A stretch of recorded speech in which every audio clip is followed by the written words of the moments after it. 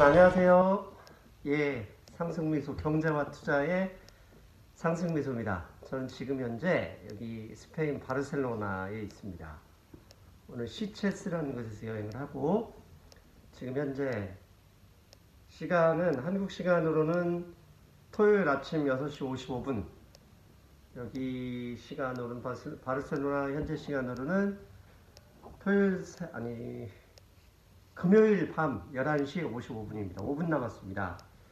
제가 긴급하게 다시 녹화를 한 이유는요, 이탈리아 지난번 녹화했잖아요. 이탈리아 문제가 뭐 다 사라졌냐, 어떻게 된 거냐 묻길래 간단히 다시 좀 정리해 드리려고 자다 말고 일어나서 이렇게 녹화를 하게 됐습니다. 이 바르셀로나가 스페인의 카탈루냐죠. 스페인의 유명하죠. 축구팀 FC 바르셀로나. 그 다음에 또 축구 한 팀이 이제 레알 마드리드. 이 두 팀이 경기를 하면 거의 전쟁 수준인 건 아시죠?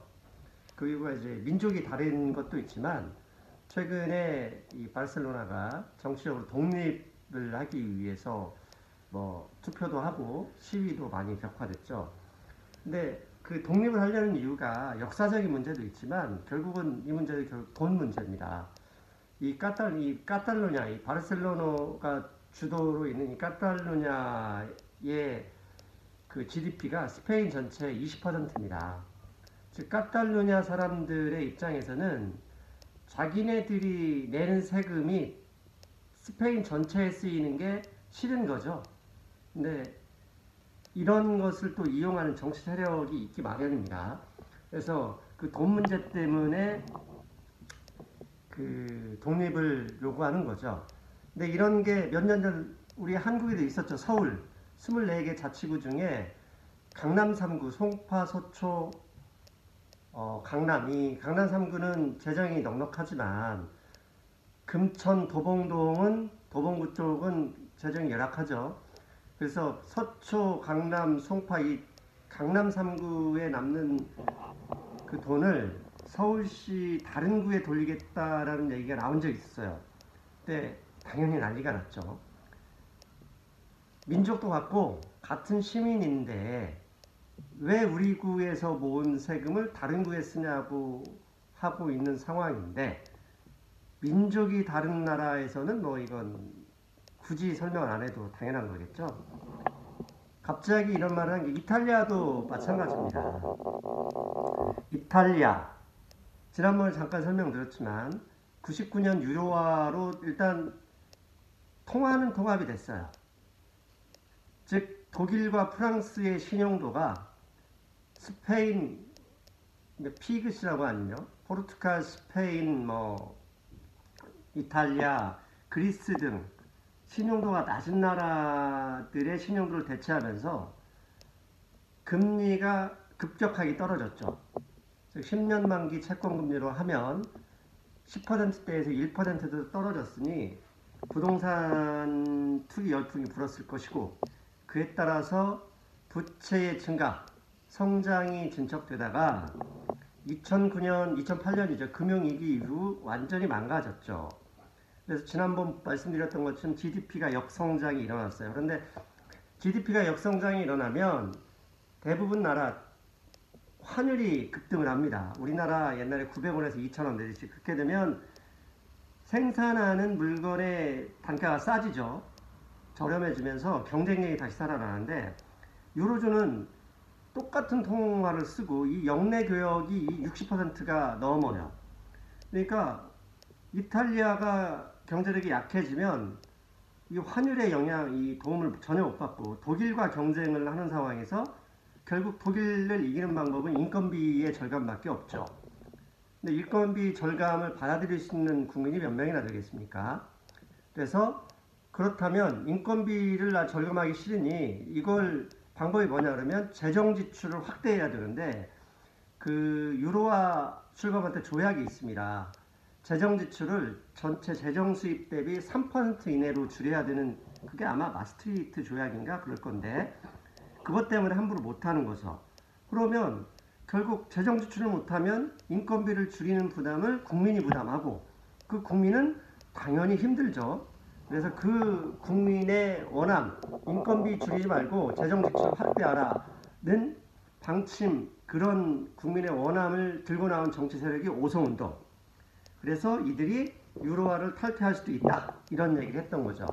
그래서 순식간에 채권을 많이 들고 있는 이탈리아 금융권을 중심으로 주식이 폭락했었는데, 동영상을 녹화한 지난 제가 한국을 출발하기 전에 그 다음 날부터 다 사라졌죠. 주식 함부로 팔지 말라. 그 다음 날이면 반등한다. 제가 그 말씀드렸던 대로 됐습니다.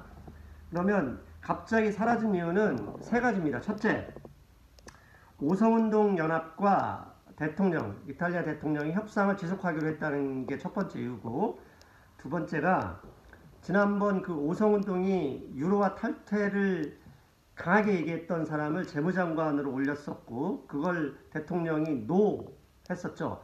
근데 그 사람이 재무장관이 아니라 외무장관으로 받아들일 수 있다라고 얘기가 진행되나 봐요. 그게 두 번째고, 세 번째는 유로미디어가, 유럽에 있는 그 신문사 같은데요. 유로미디어가 이탈리아 국민을 대상으로 여론조사를 했나 봐요. 유로존 탈퇴 오케이 할 거냐 그랬더니 국민의 65%가 유로존은 남아있어야 된다, 이렇게 주장을 했답니다.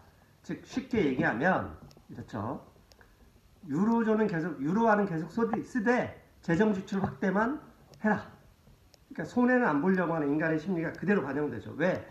유로화를 버리고 이탈리아 과거 20여 년 전에 이탈리아 통화로 가는 순간 환율이 엄청나게 평가절하된다 보시면 됩니다. 경제가 어려워지면 우리나라 환율이 지금 현재 1,000원에서 2,000원 가듯이, 그렇게 되면 돈의 가치가 달러화나 다른 유로화에 비해서 2분의 1로 축소되는 거죠. 그러니까 나의 재산이 2분의 1 날라가는 겁니다.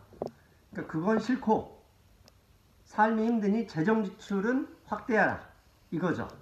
아무튼 그런 이 세 가지 흐름 때문에 이탈리아 문제가 순식간에 사라졌는데, 그럼 끝났느냐? 끝나지 않습니다. 근본적인 이유가 유로존, 유로화를 같이 쓰는 거고 자정작용이 없어진 거기 때문에 이 근본적인 문제가 해결되지 않는 한 문제는 계속 변수가 생깁니다. 그런데 앞으로 어떤 일이 생길까요? 명리학에 보면 물급필반이라고 있습니다. 담배, 제가 농담으로 담배 언제 끊느냐면 폐암에 걸려야 끊습니다. 사람들이 담배를 필 때 몸에 나쁜 줄 모르고 핀다, 그런 사람 없습니다. 마찬가지로 인간의 일은 마지막까지 가서 되돌아옵니다. 그게 물급필반인데, 이탈리아도 마찬가지죠. 이제 정부가 구성이 되면요, 맨 먼저 오성운동 얘네들이 어차피 집권을 했기 때문에 유럽연합과 ECB에 요구할 게 정해져 있습니다. 뭐냐? 재정 지출을 확대하겠다. 그러면 ECB에서 독일을 위시한 ECB는 안 된다, 이렇게 얘기하겠죠. 그럼 그 상황에서 밀고 당기면서 오성운동 어떻게 하겠습니까? 나 그럼 유로화 탈퇴해, 이렇게 나오겠죠. 오늘 새벽에 이미 유로화 탈퇴를 위해서 펀드를 조성한다, 말도 안 되는 얘기가 나왔습니다. 그러니 당연히 이탈리아 다시 주가가 좀 빠졌는데, 결국 앞으로 나올 이야기는 정해져 있습니다. 정부 구성이 끝나면 아마 1, 2주 이내로 ECB에 정책협의 하자, 이렇게 나옵니다.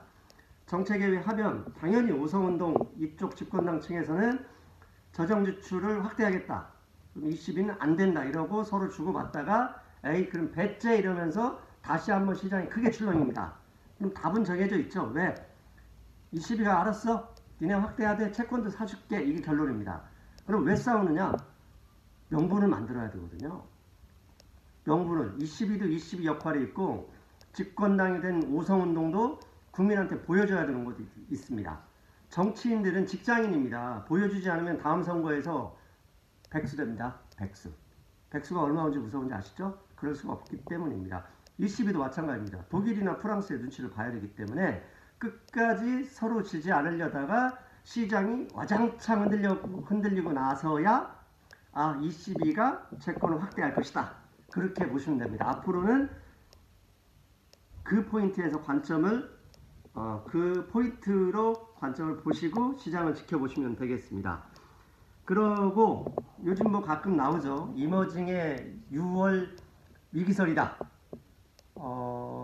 미국이 6월 23일인가요? FOMC 그 통화위원회 FOMC가 열리는데, 그때 금리 인상을 다시 하면 이머징, 브라질, 한국도 이머징입니다.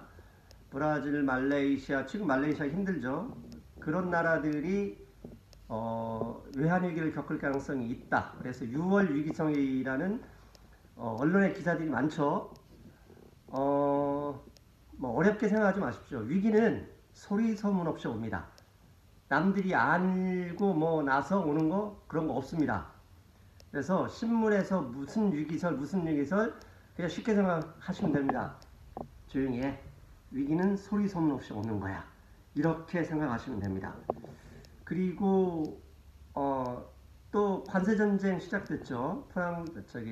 트럼프 대통령이 카나다 등 동맹국에 약 큰 30억 달러 규모의 관세를 냈다는데 이것도 시장이 별로 반응이 없죠. 이것은 왜 그런지에 대해서는 귀국 후에